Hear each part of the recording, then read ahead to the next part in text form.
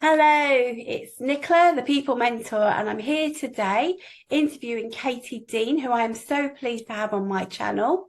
As you will notice, I'm starting to do more interviews because I really think I want to share these expert views, these views of people who have gone through changes in their life, who've learned from them, and who've got lots of wisdom there to share with you. And it's with great delight I share Katie. Katie has been on quite a journey from what I've heard from the things when I've been talking to her. She has a business called Find My Energy. And Katie, welcome. And I'd love you to share a little bit more about how it started and what your business is all about. Oh, hi, Nicola. Thank you so much for having me. It's wonderful to be here. And yes, as you say, it has been quite a journey. So my Find My Energy business is actually quite new, as we are in 2023 at the moment, but the journey goes back to 2002, really. So all the way back then, I had graduated from Cambridge University. I got a PhD in history, decided I didn't want to follow the academic route. I wanted to get into the corporate world. So I got myself a job as a strategy consultant working in London, actually helping really high-powered sort of FTSE 100 companies with any kind of business strategy. And I know you're all about business, so you will understand that that was a pretty stressful career. Right. Very, very pressured, very little sleep. I will admit to poor nutrition as well. You're kind of grabbing lunch on the go, if at all. And when I look back, so much in my lifestyle was not conducive to good health. And so consequently, one day towards the end of 2002, I literally just collapsed on my way into work.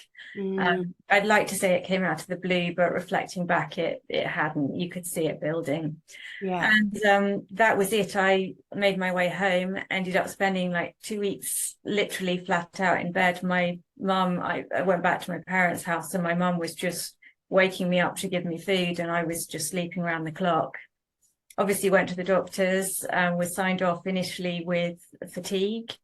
And I remember calling work every week going, I'm still really poorly, but I'll be fine next week. I'll be back in next week. And eventually just realizing that wasn't actually realistic. Yeah. So it took 6 months of diagnostic tests, and I was eventually diagnosed with chronic fatigue syndrome, or ME, myalgic encephalitis, which is really, I think that's how it is. So it's hard to say.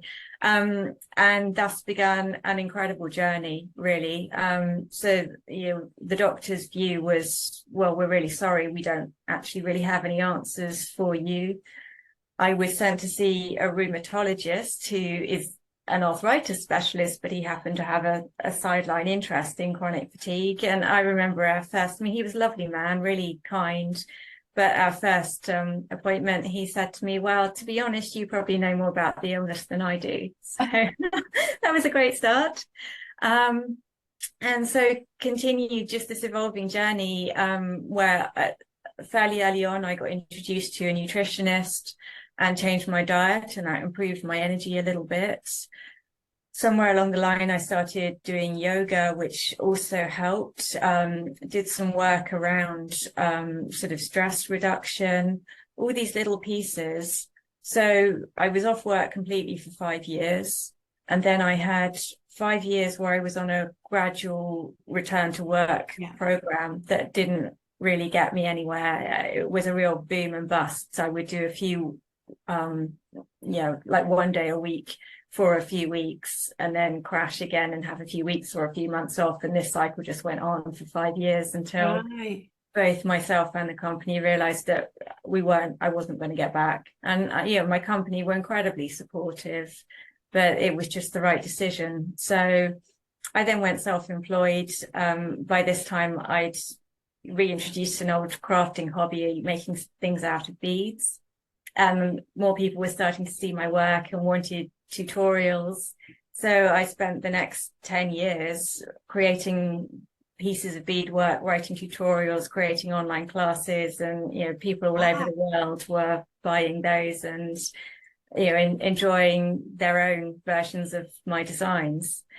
And then alongside of that, initially I was very entrenched in this idea that there wasn't really anything anyone could do.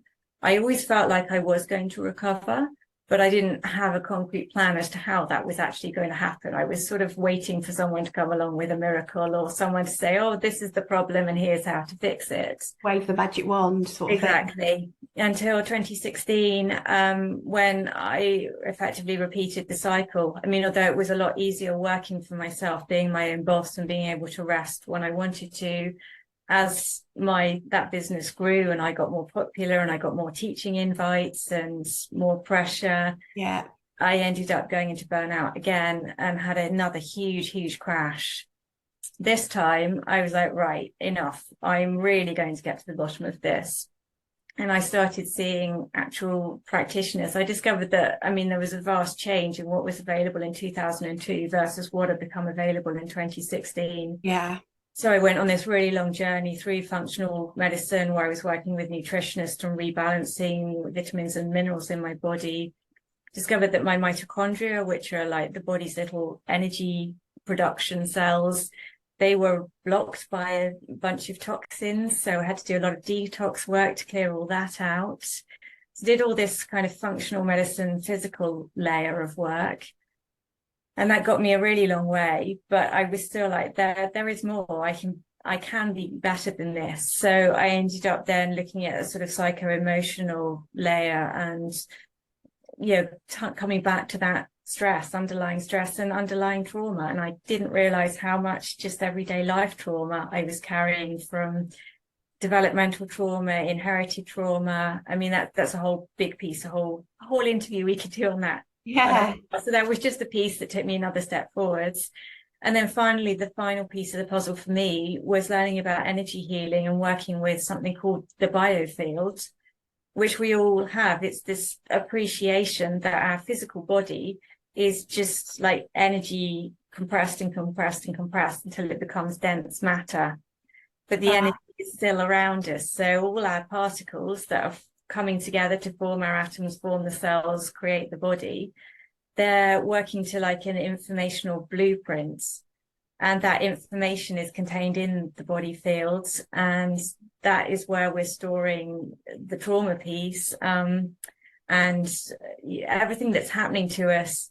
So I began working with practitioners on that level and correcting where energy was getting blocked, where energy and information was being distorted, and that all those blockages and distortions feed into cells starting to do things that we would not like them to be doing, and symptoms develop, essentially. So it was very much this layered process. And yes, I would say I am now fully recovered, and I wanted to bring that to other people because it frustrates me. There's millions of people living around the world with some degree of, well, I mean, millions with actual chronic fatigue syndrome diagnosis, but there's millions more that are on, somewhere in the burnout or fatigue, time, identify with any of those labels.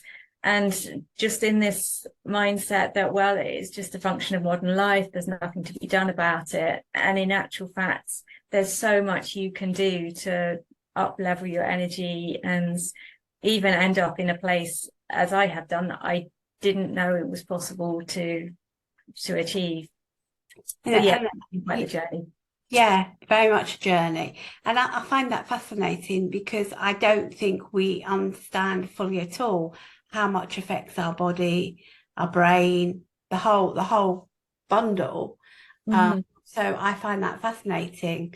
And from my point of view, as looking at employers, you want your team to be at optimum health. So we shouldn't be dismissing these things. We should be investigating them and tapping into them more. And I know a lot of people seem to think they're woo-woo, but I mean, for a start, functional medicine, I think there is something around that key to help people's health, definitely. Yeah. And then this biomass, well, I'm really interested in it. I just can't get, do you know what it made me think of though, to be honest, is when you hear people say they can see auroras, and is that the energy field, really? That is essentially it. Yes, so some people are gifted that they can actually see it.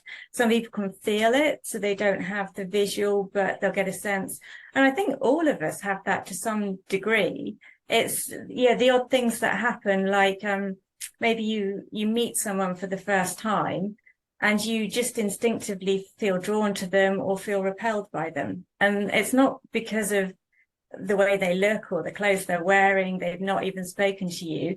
It's something you're picking up. Mm. And it's not to say if you're repelled by them that they're a horrible, evil person, or if you're drawn to them, it's once you get into studying energy, you realize it's all working on frequency. So we're attracted to things that resonate on our frequency. And in actual fact, that's what brings things into our lives. I mean, if you flip it around, so if I take myself back to 2002, 2003, and chronic fatigue syndrome seemed like the biggest curse ever. You know, what did I do to deserve this terrible thing that happened to me? And when I look back, I mean, I was journaling at some point, and there's so much anger and frustration in all of that. But now, sitting here in 2023, I reflect back on that as the biggest gift, because if I hadn't have had that push to start to get to know myself and get to know what I am capable of and what I actually truly bring to the world, my life just would have been the poorer for it, really. Yeah, so it tapped into your strengths and pulled it. Yeah, so I always think it happens for a reason. We might not see it at the time. And we need to see it, as you say, like a gift, an opportunity for us to then move forward and use it to the best way possible. Yes. Absolutely. So who do you normally work with? What sort of people do you work with then? Those with chronic fatigue or others as well?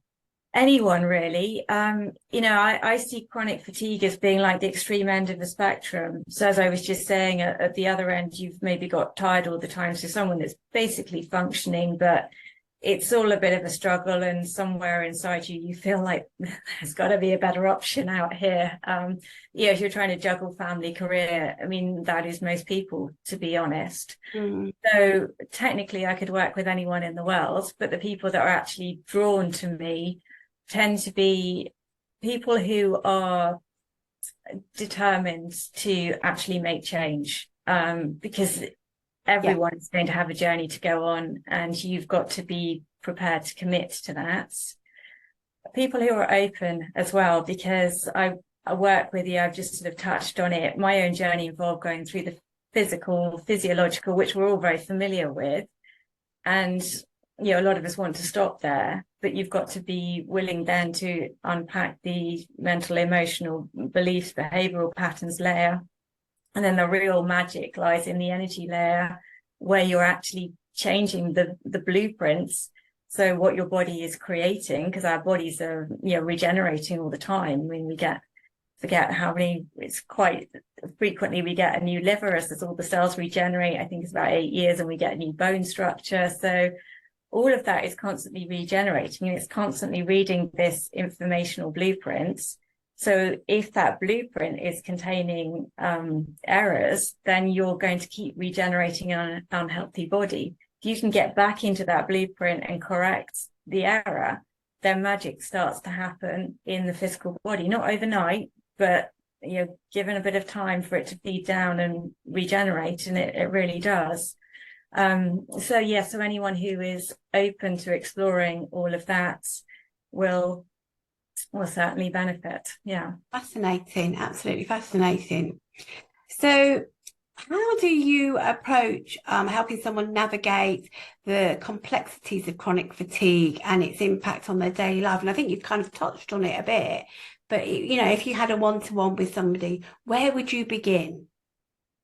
Well, as I use a system it's science-backed, it's technology that will scan your energy field and give you a kind of map of which areas are out of balance and which are not. And then we have a protocol that will correct what's out of balance. So this is a process over time. It's when you're doing the scan, it's a bit like saying to your body, where do you need support today? And where are you willing to accept the support? So there might be 100 places in your body where the information is a bit distorted, but trying to deal with 100 at once will be completely overwhelming. So the scan will determine the top 5. and you'll correct those 5, and then you'll have another scan and you'll correct the next 5, and so on it goes, and you'll be, gradually improving. So that's one aspect of it, which is, just a great way to get a picture of what's going on. But it's also talking to people and working out where they are. So I have a concept of the energy maze, where you've got this idea that there are certain things that are common to all of us. So, for example, we all need good nutrition. We all need a good night's sleep. Our bodies need movements. They need daylight. They need hydration. So you've got to get all of those pieces in place. But then everyone has their own individual journey. The reasons I got sick will be very different from the reasons someone else got sick.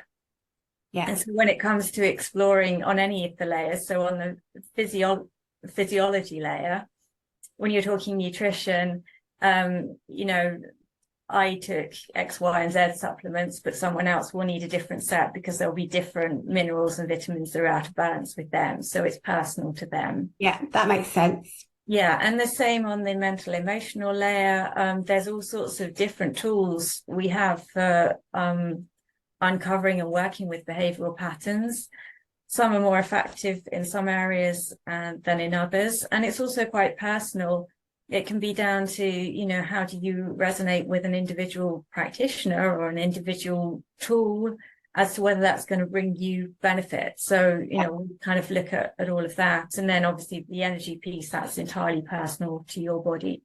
So it's sort of seeing it as a set of pathways that are all options to be taken and working out which are the paths that are going to help you personally, as opposed to the paths that help others. So very much on an individual basis. Yes. And it's so true, because I can see various stages in my life where I was optimum health and then stages where it started to deteriorate.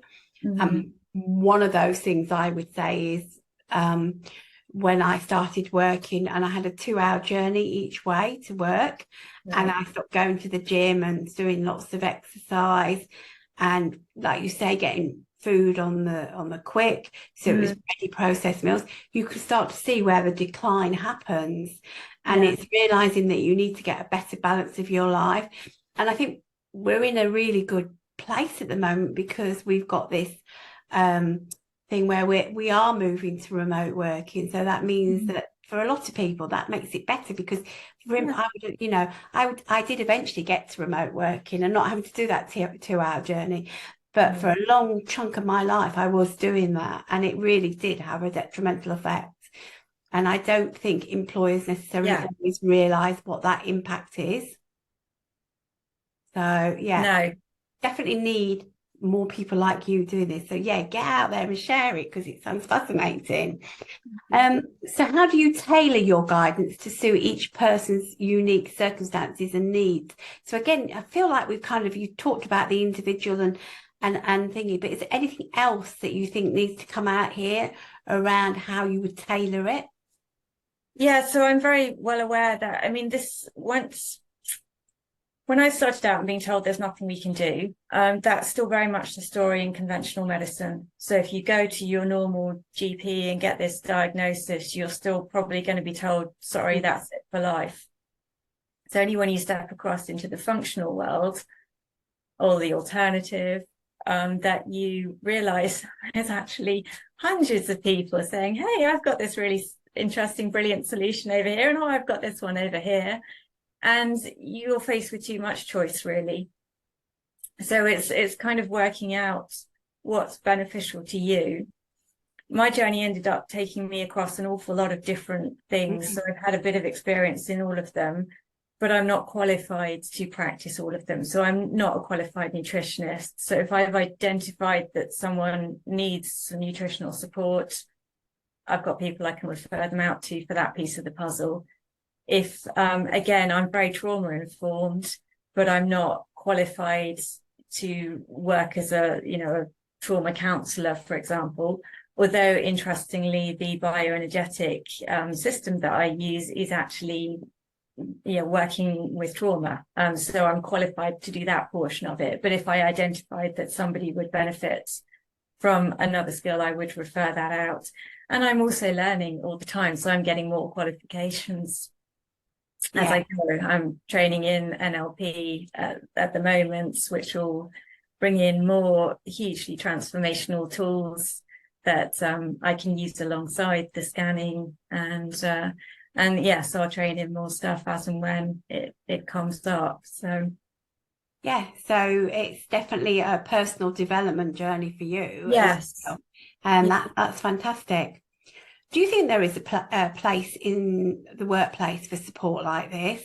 Oh, 100%. Yes. I mean, you don't want your employees going to the level that I did. If you can nip it in the bud, then you're going to save your company time, money, get a more creative workforce. I mean, having an energized workforce brings so many benefits, aside from it just being the duty of care aspect. And it would be nice to think that employers actually cared about the people that they work for.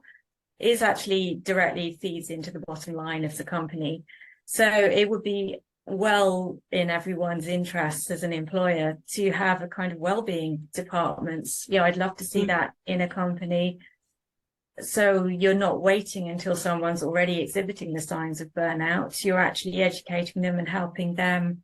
And it's not just helping the company, it's as an individual employee buying into that, you're investing in your energy in your career. So even if you leave that company, you've still got skills that you're taking with you that allow you to cultivate maximum energy in whatever it is that you do next.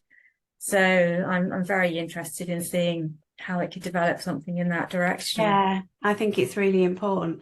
And I think it's a good point. And as we've discussed before, it's reputation as well, isn't it? It is, yes. A caring employer, and mean it as well. Don't just do lip service, but really appreciate that it's going to pay dividends, and that if you care about your employees, then they're going to want to go that extra mile, no doubt. So yeah, definitely, it's a really good idea to invest in well-being and go deeper on it, because I still think there are places where I have well-being, but they scan the surface and don't go deep enough. So yes. So what strategies going on from that would you think would make a difference in the workplace for employees? Right. Well, I mean, if you were going to build it in, I said just now that there's certain basics that we have in place. So let's take the nutrition. I know in my old company we had like little kitchenettes on each floor, and the company were good enough to supply those with snacks and drinks. And they were all like biscuits, which are yummy to eat, but nutritionally not so great. So, I mean, if you've got a setup like that, then be a bit conscious about, I'm not saying you have to make it all boring and horrible for the staff. There's healthy snacks. Look at that. Look at creating nutritional balance in that area. So movement is another one. Well, how can you bring that into your work ethic so you don't end up with an office of people that are just sat at their computer all the time? Maybe it's you're bringing in a yoga teacher and offering yoga classes at lunchtime, or doing some kind of walking program. I know you and I, Nicola, have spoken before, and you've talked about companies that use a Fitbit and do a program and make it into a sort of fun competitive thing of who can walk the most. Or there's all sorts of creative ways that you can bring those supportive lifestyles in. And of course, the biggest one of all is actually stress. So what can you do to create an environment that is not stressful, and that when stresses arise, people have got an outlet for expressing that? Because I have to say, in my own personal experience, I take some of the responsibility for getting to that burnout phase, because I didn't feel like I could put my hand up and say, I'm overwhelmed here. We had a culture where it was, go hard or go home, really. And I felt like if I'd gone to somebody and said, look, I'm struggling, that would have been end of my promotion hopes. And, and I was ambitious. That's the trouble still. Yes, I mean, that's obviously, I'm talking 20 years back. I'd like to think things have changed, but I imagine it's still a Yeah, big issue. And it's about management taking responsibility too. It's no good, if my employers had turned around and gone, well, your problem, you chose to work all those hours. No, it's not. It's a two-way thing.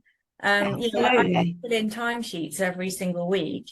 And when my timesheets were week and week and week coming in 80 to 100 hours, somebody should have been looking at that and gone, hang on a minute, that is not a healthy amount of hours for a human being to be working.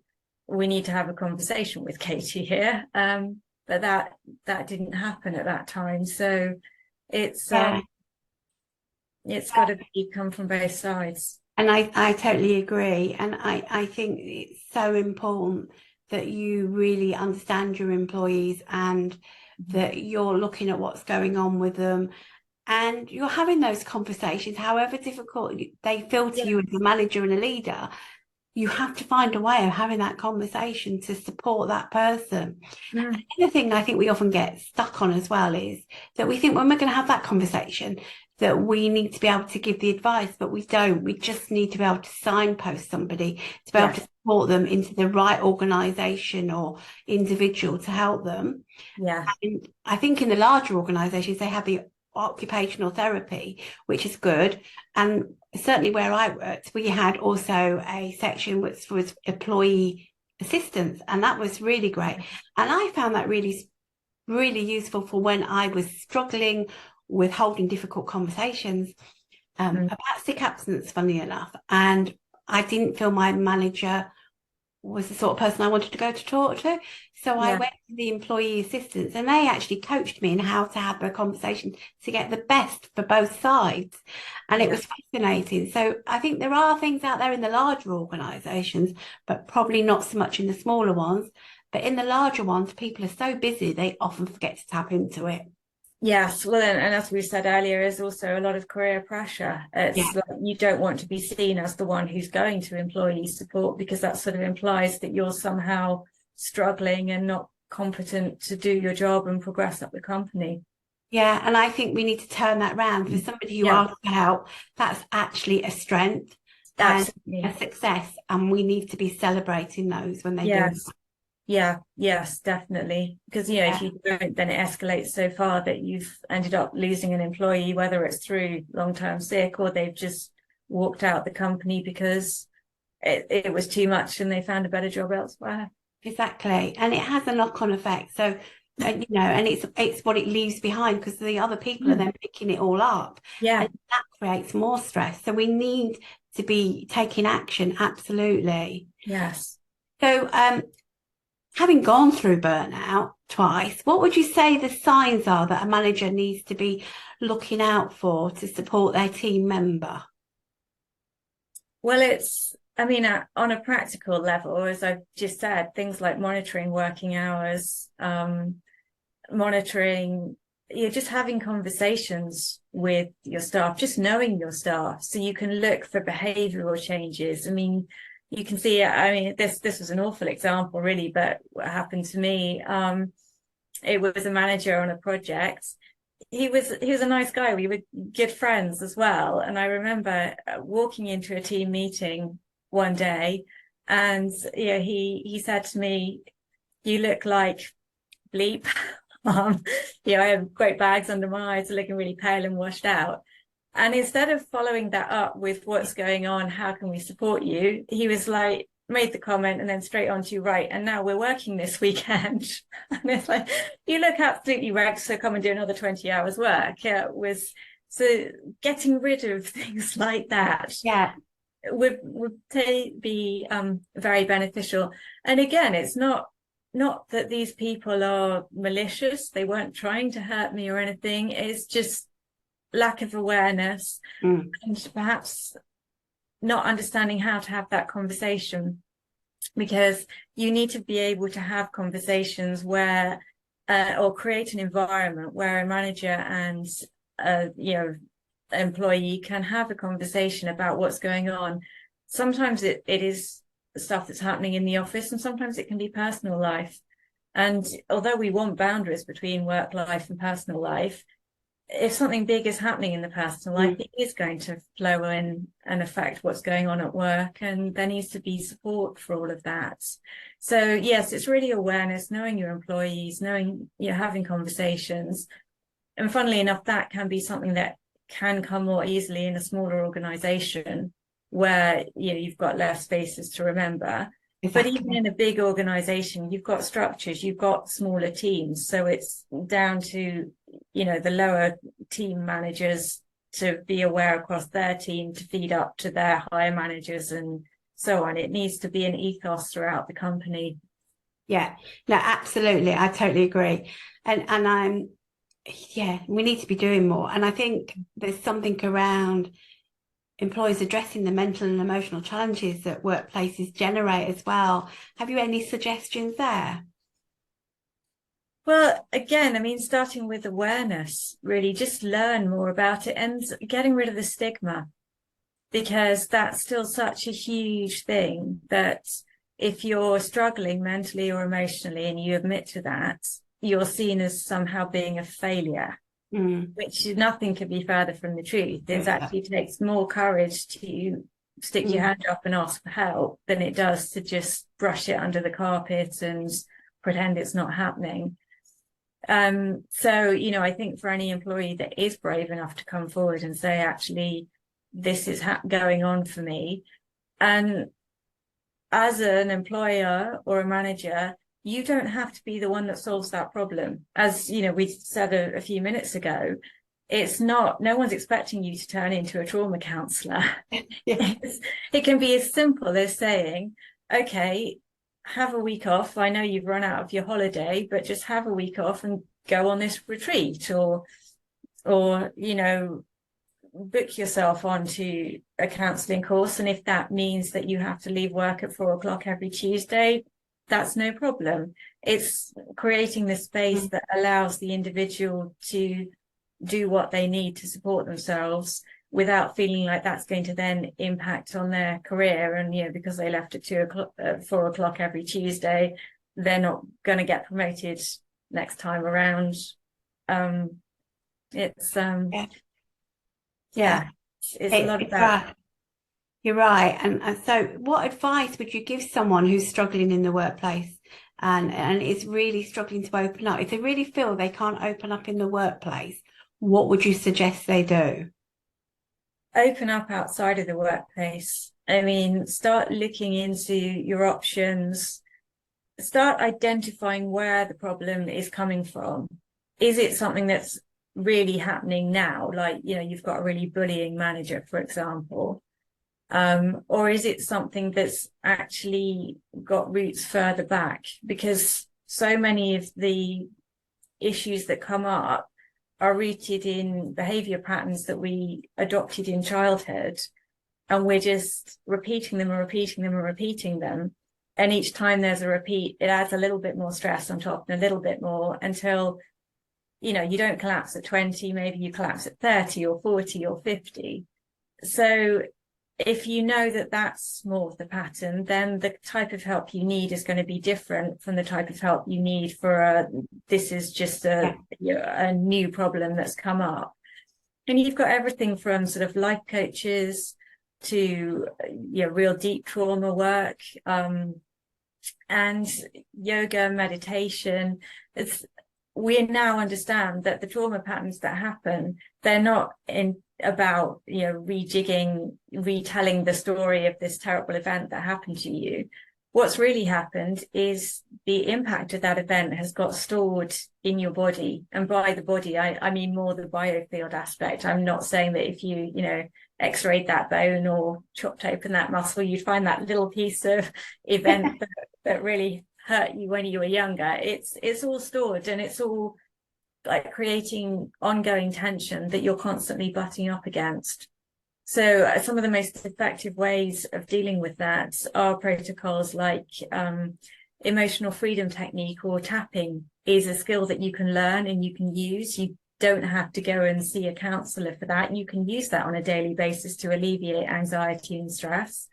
And it's not specifics. You don't have to go back and relive that issue. Or quite often there are things that people don't even remember. very, very early childhood experiences. We don't have conscious memory of them, but they've still created disruptions that we want to iron out. Yoga is also great for that, and yoga therapy can be really good, as opposed to, your hot yoga class or something which has fitness benefits. But, if you're really dealing with a deep trauma, you probably want to look more at yoga therapy. And then if you're going back to childhood developmental trauma, there's something called NAM therapy, which is very effective because that's working with both, mental and physical. There's a lot of somatic experiencing work. There's so many protocols that a lot of people just aren't aware of. I have a resources section on my website and a lot of blog posts where I talk about different protocols that you can try. So really start researching, start feeling into what is helpful for you. So, some people might want to go and talk to a therapist and just be seen and be witnessed and be validated. For others, that will be the last thing they want to do. Yeah. But there's therapies that don't involve doing that. They're more working on the body, and you don't have to identify and relive whatever it is that's causing the issue. Mm. So, yes, it's kind of working out where your issue is coming from, and then what's the most appropriate treatment to help that.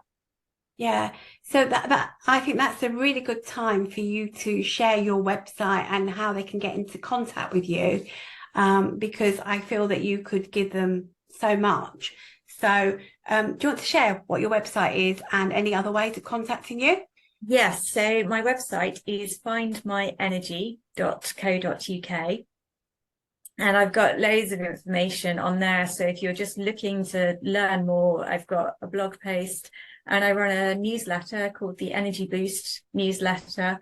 It just comes out once a week. So every Sunday, what will drop in your inbox is an email with a tip that you can start building into your lifestyle as a habit that will boost energy, and then an article about something related. So, some of them will be highly relevant to you. Some of them you might not need right now. I've also got a YouTube channel, which again is linked from my website. And you can book in with me. You can book in for a free bioenergetic scan just to see what that's all about. You get half an hour on Zoom with me where we'll talk through the scan results and your next steps. Or if you're a bit skeptical or unsure about what bioenergetics is, you can just book a discovery call with me. And again, we'll talk through what's the issue you're dealing with at the moment and what would be good next steps for you, whether that's coming and doing full coaching with me, or whether it's actually taking another route, working with a different practitioner on some level. That's really helpful, and so much for free as well, Katie. So add me to your newsletter, please, while I think of it. Do get mine on there. Yeah. So I'm going to end with now. What does success look like for you? What does it feel like? What does it look like? It's peace and happiness. I mean, we're kind of brought up in a society where we label success as, I don't know, having 6 or 7 figures in your bank account, or living in an enormous house, or driving a flashy car, or wearing designer clothes. That doesn't take away the underlying feelings of, oh, I'm not good enough, I'm not worthy, nobody loves me. What success really is like is getting to know yourself and be at peace with who you are and what it is that you're bringing out to the world. So find the right focus. Yeah, absolutely. And I used to ask this question when I was interviewing on my podcast, and I always got lots of different answers, but never anything about money and finances. It was fascinating, and it gives me hope for the world, to be honest. Yeah, so, absolutely. Yeah. So it's been wonderful having you on here. Thank you so much. Fascinating. I could talk to you for hours and hours. I tell you now. I hope to have you back again when we're on the podcast next. So really, really appreciate this. So thank you, Katie. Well, thank you for giving me the chance to speak to you and to share my work with your audience. I really appreciate that, and it's been a joy to chat with you, so thank you. Absolutely, loved it. Do keep watching the YouTube channel, where we're going to have more interviews and hopefully more interesting insights from lots of different people, just like Katie, who've got look at things in a slightly different way, which is what we need. Let's challenge the status quo. Thank you. Thank you.